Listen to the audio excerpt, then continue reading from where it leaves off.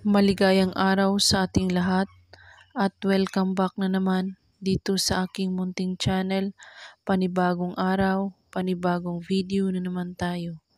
Sa araw na ito ay may ituturo ako sa inyo na simpleng gabay at simpleng pamamaraan.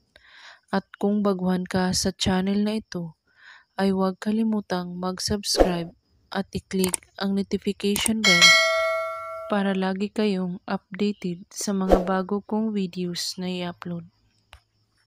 Lagi ka bang pinapaiyak ng inyong partner o karelasyon dahil wala na siyang pakialam sa'yo at hindi mo mararamdaman ang pagmamahal niya? Gawin mo ito upang iiyakan ka ng inyong karelasyon. Gawin ninyo ito. Napakasobrang epektibo po ito. Hinding-hindi siya makakawalan at hindi niya kaya na mawawala ka sa kanya. At talagang iiyak siya kapag ginawa mo ito. Pwede itong gawin sa magka-LDR o kahit hindi pa kayo nagkakita. Tamang-tama ito ang gagawin ninyo upang hindi siya magloko at yung partner mo.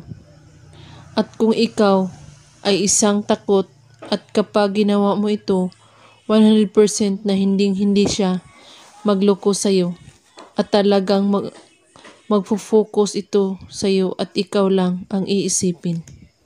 Kailangan kapag ginawa ito ay siya lang ang iisipin mo at kailangan buo ang inyong paniniwala, walang ibang iniisip at pagdududa.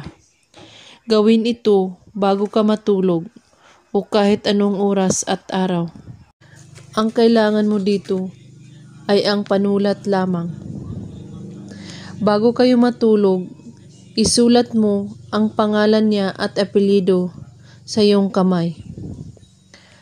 At pagkatapos, iisipin mo siyang mabuti at banggitin mo ang pangalan niya. At kung gaano mo siya kamahal. At halikan mo ang iyong palad at sabihin mo ang mga salitang ito.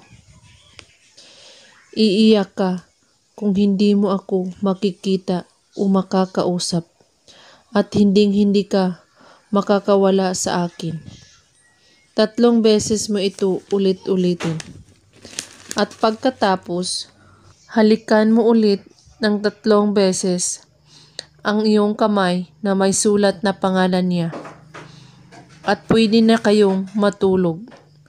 Gawin lang ito bago kayo matulog sa gabi, kahit anong oras at araw. At kung may katanungan po kayo ay magko-comment lang po sa baba. Maraming salamat sa panunood.